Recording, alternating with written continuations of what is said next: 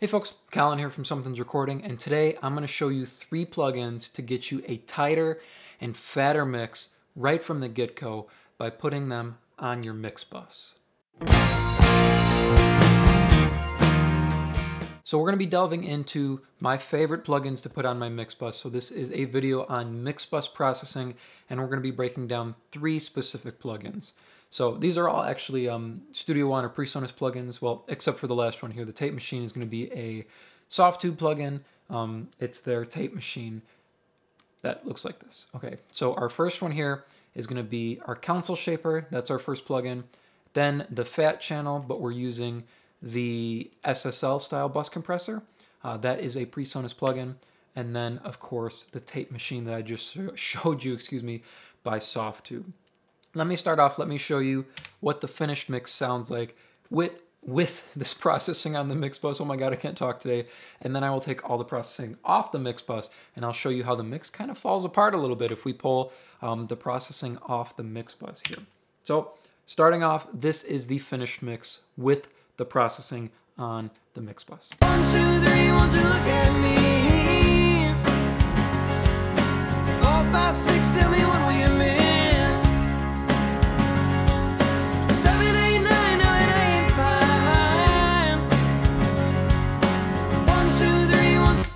All right, now let me take off the console shaper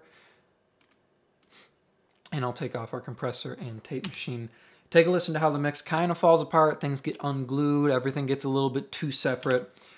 Here's without the mix bus processing. 1, 2, 3, want to look at me. 4, 5, 6, tell me what will you miss? 7, 8, 9, no, it ain't 5. 1, 2, 3, want to look. So without the mix bus processing, we lose a lot of weight in our low end. We lose a lot of cohesion between all the tracks, and our balance really goes all over the place. I recommend you put these 3 plugins in at the beginning of the mix and you mix into them. You can, of course, put your mix bus processing on at the end.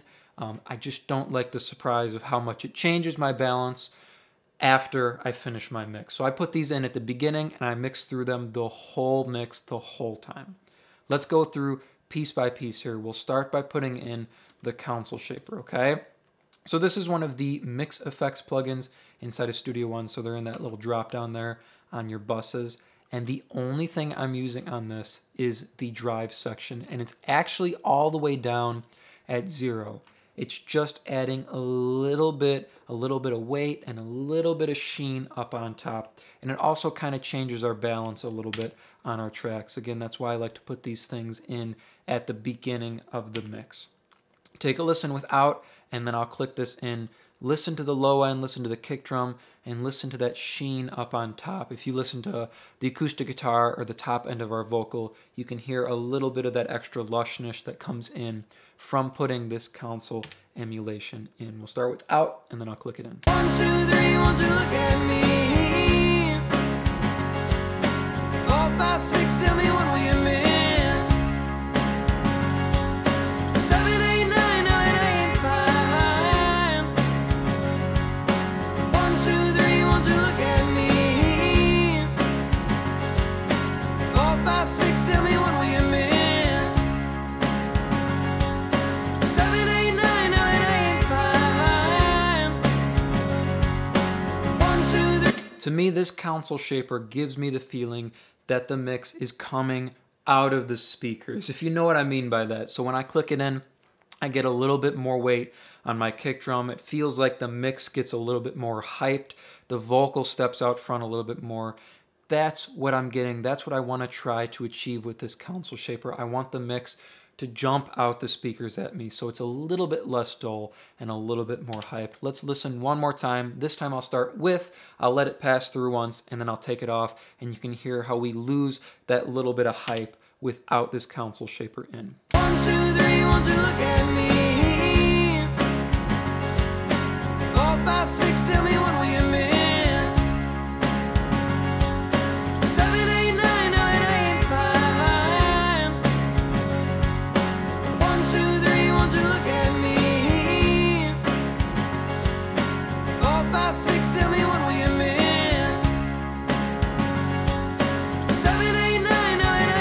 You can hear when I pull out that console shaper, the mix gets a little bit more dull. Everything kind of takes a step back, sits down a little bit. So console shaper giving us a little bit of hype, a little bit more weight in our low end, making everything kind of jump out the speaker at you. That's what I'm using the console shaper for. So that's our first element. That's plugin number 1.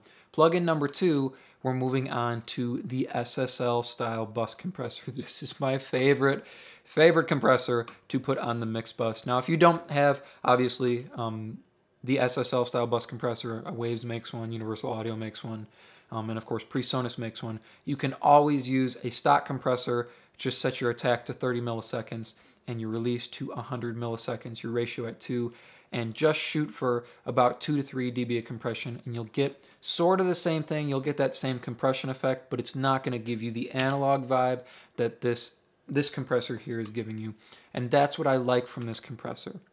So you'll hear when I click this in, it's going to gives us a little bit more low end punch, and I really hear it on the kick drum. It's going to glue things together a little bit. It's going to pull all of our instruments together because they're all pushing into the same compressor at the mix bus level, but it really gives me a little bit extra punch on my kick drum, and that's what I love so much about this compressor. If you use a stock compressor, set at these settings, it'll give you that same kind of cohesion by everything pushing into the same compressor, but it won't give you that extra low-end punch on your kick drum and on your bass. That's what I'm getting with this SSL style bus compressor. So we'll start without, and then I'll kick it in. Take a listen, focus in on the kick drum. Listen to how it gives it that extra oomph. We'll start without, and then I'll click it in. 1, 2, 3, want to look at me. 4, 5, 6, tell me when will you miss? 7, 8, 9, no, it ain't fine. 1, 2, 3, want to look at me. 4, 5, 6, tell me when will you miss? 7, 8, 9, no, it ain't fine. You can see we're only doing maybe a dB of compression here on the meter, but it gives us so much extra punch on our kick drum, and it actually gives us a little bit extra smack on our snare too, with just barely a dB of compression. And of course, we're getting that overall cohesion because everything is pushing into one compressor. One more time, take a listen. I'll start with, and then I'll pull it out. Listen to how everything kind of separates a little bit to their own elements, and we lose a little bit of that extra emphasis on our kick and our snare. With, and then without. 1, 2, 3, want to look at me. 4, 5, 6, tell me when will you miss? 7, 8, 9, no, it ain't fine. 1, 2, 3, want to look at me. 4, 5, 6, tell me when will you miss? This compressor here really makes the mix drive a little bit more, gives it a little bit of push. It's not a pumping effect, right? We're not over compressing, we're not getting that pumping effect, but it's giving our kick a little bit of extra oomph, our snare a little bit extra smack, and it's bringing all of our instruments together to give the mix a little bit of cohesion so it pushes and pulls together.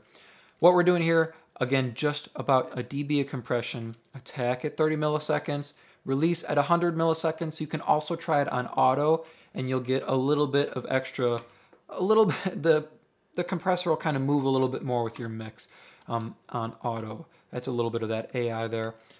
Ratio's at 2, so we're not going too aggressive with 4 or 10, and then just adding a dB of makeup gain, because again, we're only doing about a dB of compression.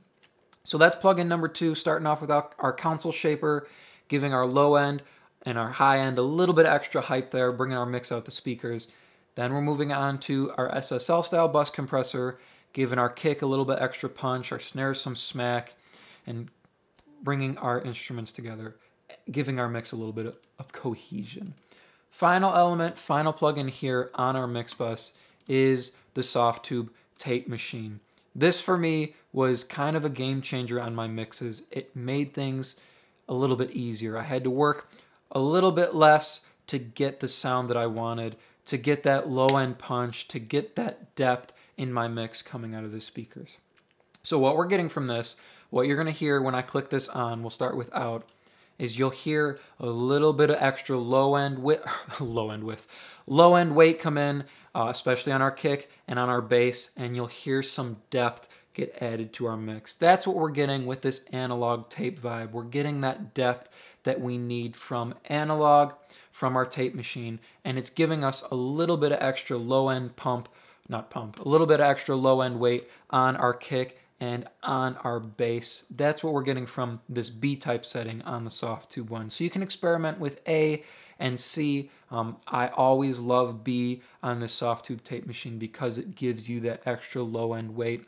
Like I said, I have to work a little bit less hard to get the mix to sound the way I want because I have that depth and that low end weight from the get-go on my mix bus. And we're at 30 IPS here, our 30 IPS tape speed. So we'll start with out, and then I will kick it in. Pay attention to the low end, our kick drum, and our bass. And if you close your eyes, you'll hear that extra depth come in when I click this tape machine on. So we'll start with out, and then I'll click it in. 1, 2, 3, won't you look at me? 4, 5, 6, tell me when will you miss? 7, 8, 9, no, it ain't fine. 1, 2, 3, won't you look at me? 4, 5, 6, tell me when will you miss? 7, 8, 9, no, it ain't fine. 1, 2, 3, won't you look at me? 4, 5, 6, tell me when will you miss? So this is either going to feel like a subtle difference or a huge difference for you. For me, it's a huge difference in my mixes. Like I said, it gives me that extra depth and it trims off that digital sound from mixing in the box. And of course, I am mixing in the box here.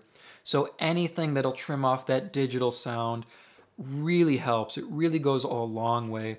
I usually shoot for anywhere between the 7 and the 3 on the VU meter. If my needle's in there around that 5 area, things are sounding good, things are feeling good, my levels are great, I'm pushing the right amount of input into this tape machine to get the vibe I want. One more time. This time, close your eyes, okay? I'm going to start with it in, and then I'll click it off. And listen for how the depth of the mix changes, okay? It's going to go from sounding flat and digital to deep and alive and analog sounding. You can hear the analog tape affecting this mix. So one more time, we'll start with, and then I'll take it off. 1, 2, 3, won't you look at me? 4, 5, 6, tell me when will you miss? 7, 8, 9, no, it ain't fine. 1, 2, 3, won't you look at me? 4, 5, 6, tell me when will you miss? 7, 8. That's one of my favorite tools there to help my bass and my kick drum get on the same page right from the start of the mix. Let's recap here, okay? 3 plugins. Our first one is our console shaper. Again, this is at 0 on the drive. We're just using the drive, but it's at 0. Just giving us a little bit of extra hype on our mix, on our low end and our high end. It's making the mix jump out the speakers at me. Plugin number 2, our SSL style bus compressor. This is giving us that cohesion that we're going to get from our compressor, but also a little bit of extra punch on our kick drum and a little bit of extra smack there on our snare drum as well. And our third and final plugin is the SSL, or not the SSL style bus compressor, the soft tube tape machine, excuse me. It's at about 5 here. The default comes up at 5. I usually just kick it up to 5.1. We're using the type B for our color. That gives me that extra low end weight that helps our bass and our kick drum get on the same page at the beginning of the mix. And then again at 30 IPS, just anywhere between this -7 and 3 on the VU meter. And it's going to give you that depth that you want from your analog tape. It's going to trim off that digital sound and give you a deeper sounding mix. 3 plugins to get you a tighter and fatter mix right from the get-go by putting them on your mix bus. I hope that was helpful for you all, but before you go here, I do want to give you a gift for sticking with me till the end of the video here. This is my 7-step mixing checklist. You can download it for free using the link in the description. It's a free resource that I want you to have. It will guide you through the mixing process, step by step, to get you professional, radio-ready mixes without the guesswork and without the hassle. Thank you so much for watching, and I will see you in the next video.